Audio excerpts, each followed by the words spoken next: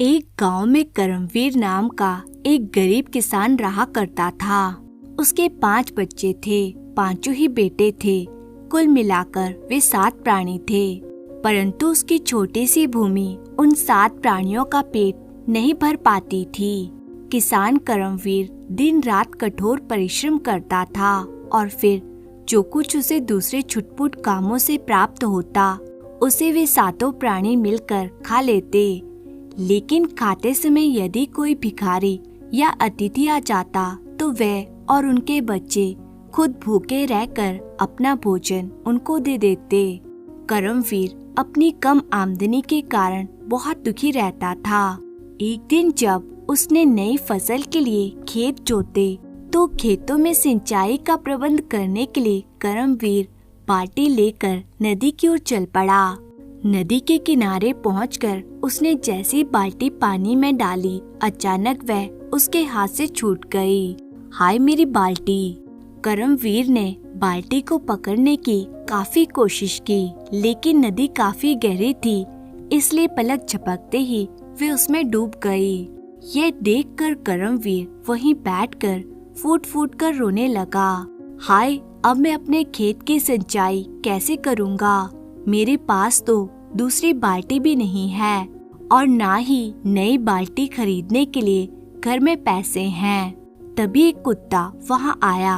किसान को रोते देखकर उसने प्यार से पूछा, किसान भाई, ओ किसान भाई, तुम इस प्रकार क्यों रो रहे हो? तुम्हें क्या दुख है?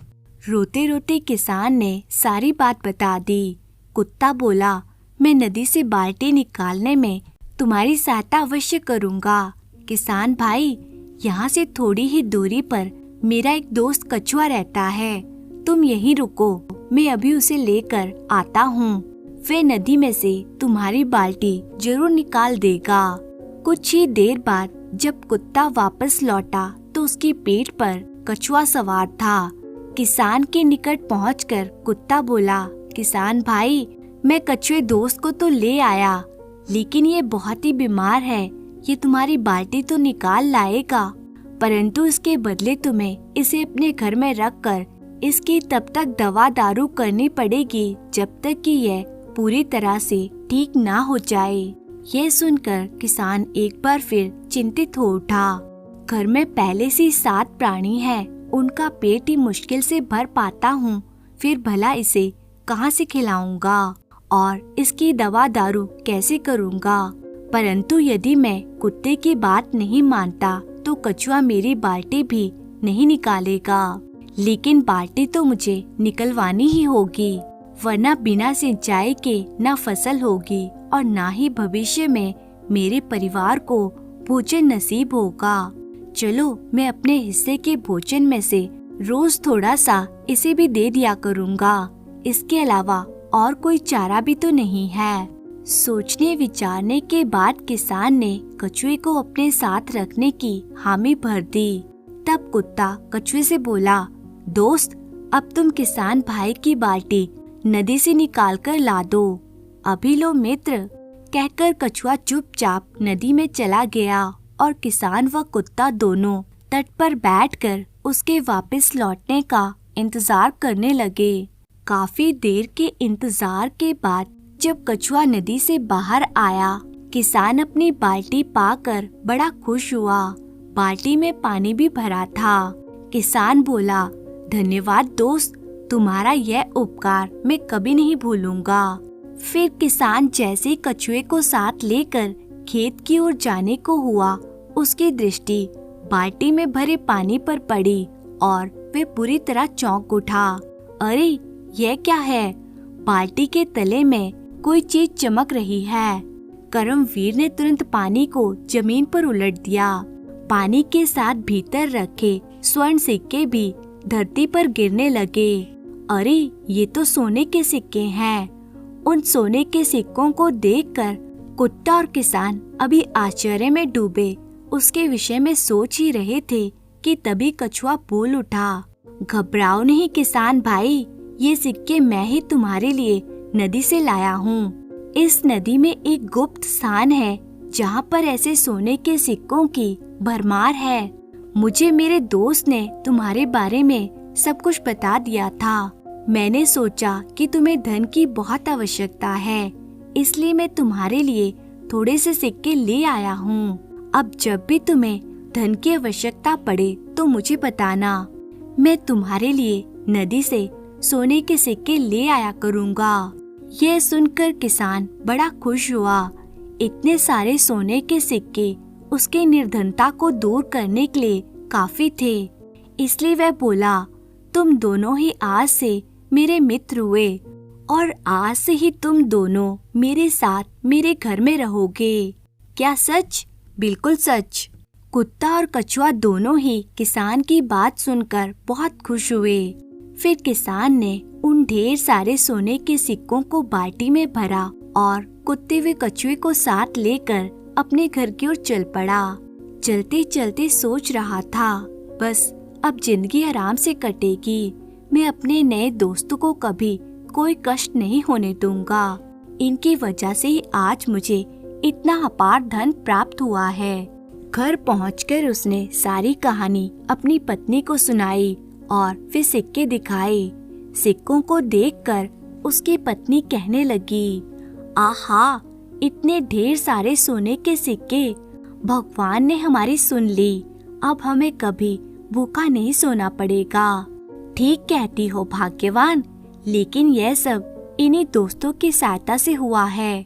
आज से तुम्हें इनके भी अपने बच्चों की तरह देख रेख करनी है, क्यों नहीं स्वामी? इस तरह 2 और प्राणियों के बढ़ने से किसान के परिवार में 9 प्राणी हो गए। परंतु अब किसान और उसकी पत्नी को कोई चिंता नहीं थी। किसान की पत्नी अपने बच्चों के समान ही कुत्ते और कछुए की भी पूरी देखभाल करने लगी। धीरे धीरे किसान बहुत बड़ा धनवान हो गया। झोंपड़ी के स्थान पर उसने एक सुंदर सा भवन बनवा लिया। अब किसान के घर में किसी भी वस्तु की कोई कमी नहीं थी। जब कभी भी किसान को पैसों की आवश्यकता पड़ती तो कछुआ नदी से सोने के ढेर सारे सिक्के लाकर उसे दे देता और वह उन सोने के सिक्कों से अपनी जरूरत का सारा सामान खरीद लाता। इस तरह उन सब का जीवन आनंद पूर्वक व्यतीत हो रहा था। समय बीतने के साथ साथ किसान के 5 लड़के जवान हो गए। फिर एक दिन किसान ने अपने 4 लड़कों की शादी बड़ी धूमधाम से कर दी। विवाह के बाद कुछ वर्षों तक तो किसी प्रकार की कोई बात नहीं हुई, परंतु फिर बहुओं के झगड़े से धीरे धीरे घर की शांति भंग होने लगी। फिर कुछ ही दिनों में बात बंटवारे तक आ पहुंची और घर की संपत्ति का बंटवारा हो गया। बंटवारे के बाद वे सब अलग अलग रहने लगे। बंटवारा करते समय चारों बड़े भाइयों ने अपने सबसे छोटे भाई विजय को एक ढेला तक नहीं दिया था। करमवीर अपने छोटे बेटे से कहने लगा, मुझे दुख है बेटा कि मैं तुम्हें कुछ भी नहीं दे सका। आप मेरी जरा भी चिंता ना कीजिए पिताजी, माँ और आप ही मेरे लिए सब कुछ है। बूढ़े किसान करमवीर को इस बंटवारे से इतना सख्त सदमा पहुंचा कि वे कुछ ही दिनों में 4 पाई से लग गया।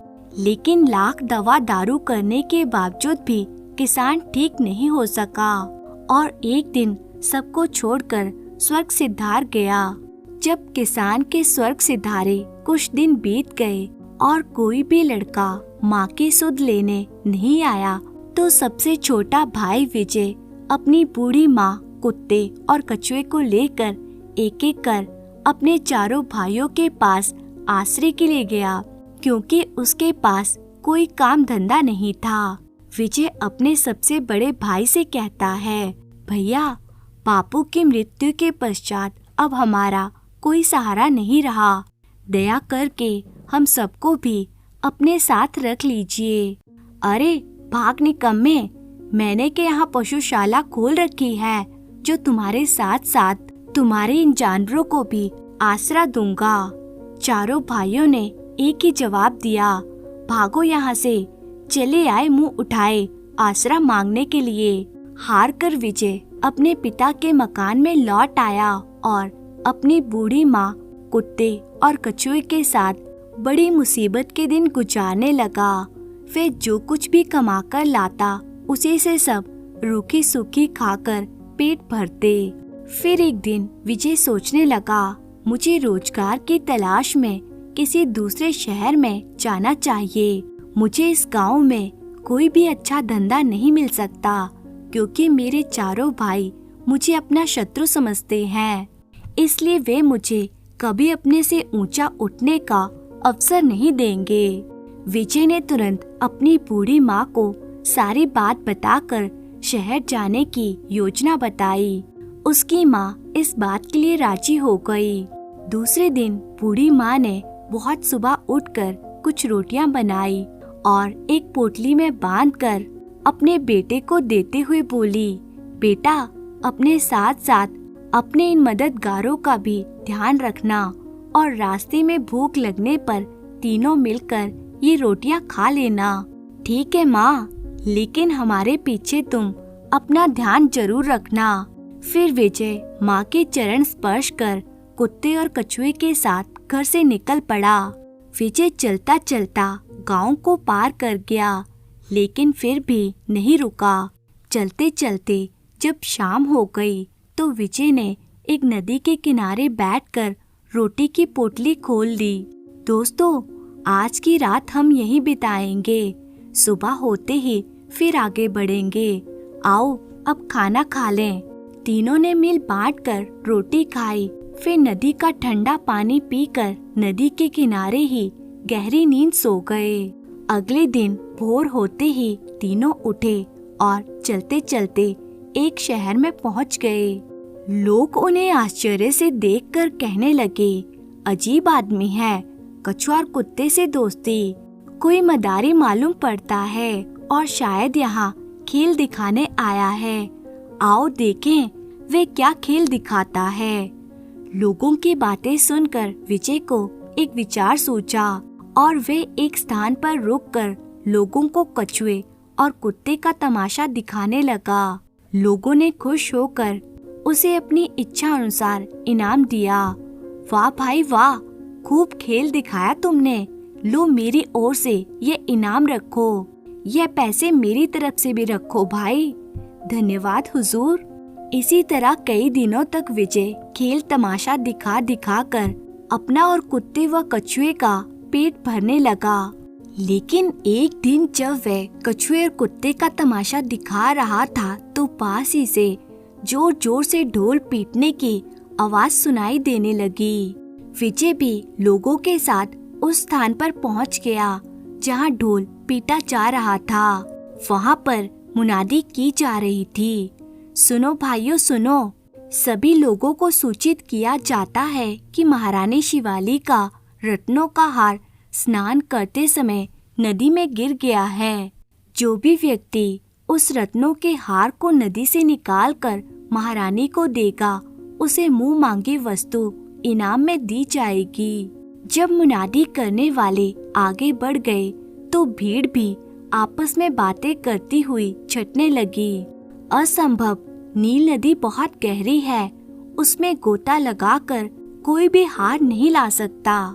जब सारे लोग वहाँ से चले गए तो कछुआ बोला, भाई जी, अब हमारे अच्छे दिन आ जाएंगे।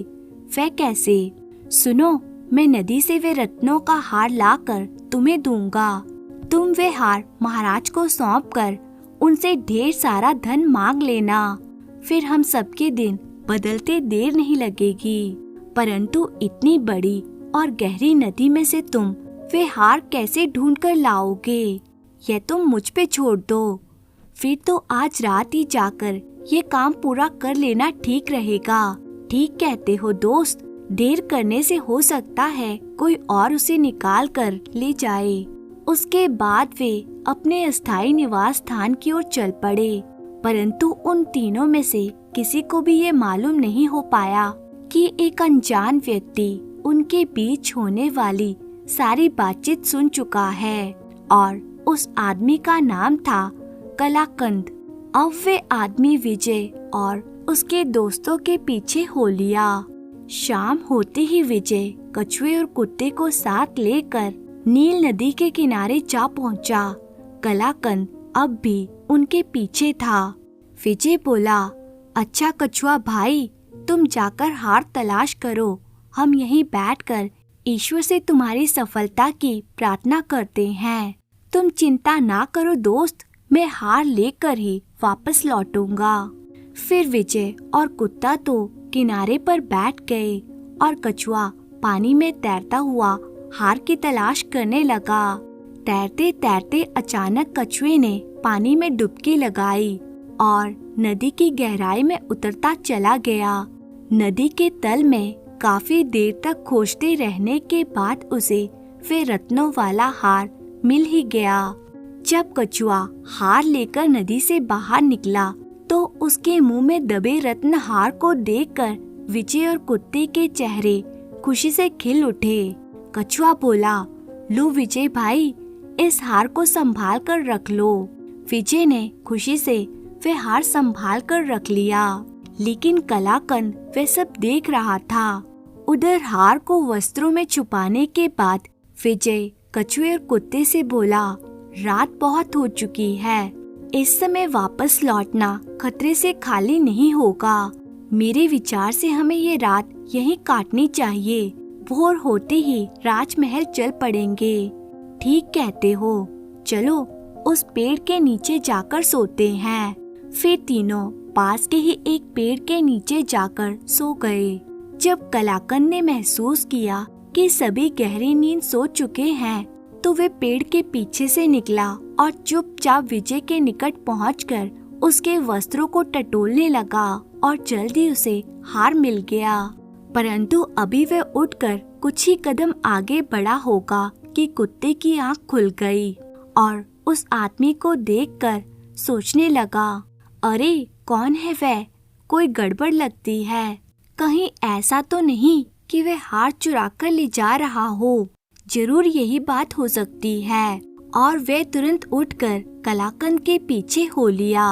कलाकंद को इस बात का पता नहीं चला कि कुत्ते की उस पर नजर पड़ चुकी है और वह इस समय उसका पीछा कर रहा है। कलाकंद सीधा अपने घर पहुंचा और तकिए के नीचे हार रख कर गहरी नींद सो गया। कुत्ता ये सब देखने के बाद तेजी से दौड़ता हुआ वापस नदी के किनारे पहुंचा और कछुए को उठाने लगा। उसने कछुए को सारी बात बता दी। फिर कछुए को हार वापस लेने की सारी योजना समझाई। योजना समझाने के बाद उसने कछुए को अपनी पीठ पर बिठाया और पास के ही एक बाजार की तरफ दौड़ पड़ा। जल्दी ही वह बाजार में स्थित एक नकली हार बेचने वाले की दुकान पर पहुंचा, जो अभी भी खुली हुई थी, और उस दुकान का मालिक अपनी गद्दी पर बैठा ऊँघ रहा था। कछुआ धीरे धीरे रेंगता हुआ दुकान के भीतर गया और चुपके से महारानी के रतन हार जैसा ही एक नकली हार मुंह में दबाकर बाहर निकल आया। फिर कछुआ कुत्ते की पीठ पर बैठ गया और कुत्ता पूरी शक्ति से कलाकंद के घर की ओर दौड़ पड़ा। जल्दी ही वे कलाकंद के घर के सामने थे। वह अभी भी गहरी नींद सो रहा था। फिर दोनों ने मिलकर वे नकली हार कलाकंद के सिरहाने रखकर असली हार निकाला और घर से बाहर निकलकर सीधे नदी के तट पर आ पहुँचे। बस अब आराम से वे दोनों सो गए। सुबह जब विजय सोकर उठा तो उन्होंने उसे रात की सारी घटना कह सुनाई और वे हार उसके हवाले कर दिया। यह सब सुनकर विजय कहने लगा, सच दोस्तों, तुम दोनों के उपकार की कीमत इस जीवन में मैं शायद कभी नहीं चुका पाऊंगा। बेकार की बातें छोड़ो विजय भाई और तुरंत राजमहल चलकर ये हार महाराज के हवाले करो। कुत्ता कहता है, विजय भाई, महाराज से इसके बदले धन दौलत ना मांगकर कोई अच्छी सी नौकरी ही मांगना। बिल्कुल ठीक कहा तुमने दोस्त। धन तो एक ना एक दिन खत्म हो जाएगा, लेकिन नौकरी जीवन भर सुख देगी। ठीक है, मैं महाराज से नौकरी ही मांगूंगा। चलो अब चलते हैं। उधर कलाकंद भोर होते ही राजमहल पहुंचा और महाराज से कहने लगा, महाराज की जय हो। महाराज, मैं महारानी का खोया हुआ रत्नों का हार नदी से निकाल लाया हूँ, यह लीजिए। वाह, बहुत खूब। कलाकंद से हार लेने के बाद राजा प्रसन्नता भरे स्वर में बोला, बोलो नौजवान, तुम इनाम में क्या चाहते हो? महाराज, मैं राजकुमारी जी से विवाह करना चाहता हूँ। नौजवान, यदि हार वास्तव में असली हुआ तो हम वचन अनुसार तुम्हारी ये इच्छा अवश्य पूरी करेंगे।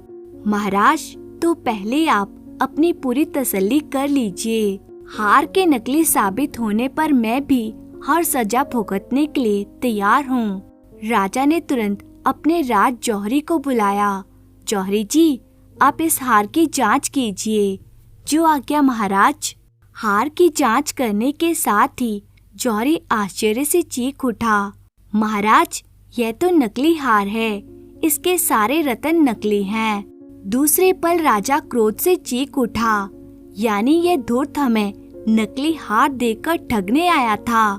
सैनिकों, गिरफ्तार कर लो इस कमीने को और उम्र भर के लिए काल कोठरी में डाल दो।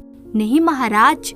नकली हार की बात सुनकर कलाकंद के पसीने छूट गए और सैनिकों ने उसे ले जाकर कारागार में बंद कर दिया। तभी विजय भी कछुए और कुत्ते के साथ वहां पहुंच गया। महाराज कहने लगे, कौन हो तुम और इन जानवरों के साथ दरबार में आने की तुमने हिम्मत कैसे की? महाराज, मैं रानी जी का असली हार लेकर आया हूँ। यह रहा फिर रतन हार। अरे लेकिन वे तुम्हें कहाँ से मिला? तब विजय ने राजा को नदी से हार निकालने से लेकर कलाकंद द्वारा चोरी किए जाने का सारा किस्सा कह सुनाया। सब कुछ सुनने के पश्चात राजा बोला, जौहरी जी, आप इस हार की भी जांच कीजिए। अभी पता चल जाएगा कि इसकी बात झूठी है या सच है। जी महाराज। जल्दी ही हार की जांच कर जौहरी प्रसन्नता भरे स्वर में बोला, महाराज, यह हार असली है और महारानी जी का ही है। क्या सच? हाँ महाराज। महाराज कहने लगे, बोलो नौजवान, तुम क्या इनाम मांगना चाहते हो? हम तुम्हें तुम्हारी मुंह मांगी वस्तु देंगे। महाराज, मुझे धन दौलत कुछ भी नहीं चाहिए, बस यदि आप दे सके तो मुझे कोई अच्छी सी नौकरी दे दीजिए, क्योंकि मैं बेरोजगार और गरीब आदमी हूँ।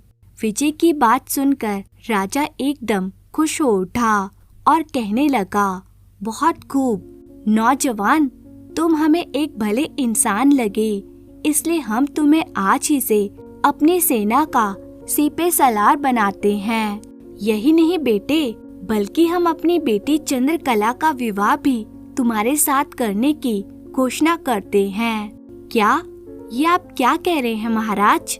ये हमारा फैसला है विजय सिंह, और हमें विश्वास है कि तुम भी इस विवाह से इनकार नहीं करोगे। भला आपके फैसले को मैं कैसे टाल सकता हूँ महाराज? आपकी आज्ञा मेरे सर माथे पर। इस तरह से विजय अपने जानवर मित्रों की मदद से न केवल सिपह सालार बन गया, बल्कि राजकुमारी चंद्रकला से विवाह कर फिर अपनी बूढ़ी माँ तथा अपने दोनों दोस्तों कछुए और कुत्ते के साथ आलीशान महल में रहते हुए आनंद पूर्वक अपना जीवन व्यतीत करने लगा। जब उसके चारों भाइयों को इस बात का पता चला तो वे भी दौड़े दौड़े उसके पास गए और उससे अपने कर्मों के लिए माफी मांगने लगे। विजय ने अपने चारों भाइयों को भी क्षमा कर दिया। कहानी यही समाप्त होती है दोस्तों। उम्मीद है आपको पसंद आई होगी। तो कहानी अगर आपको अच्छी लगी है तो इसे लाइक जरूर कीजिए और ऐसी ही कहानियाँ देखने के लिए चैनल को सब्सक्राइब कर लीजिए। धन्यवाद।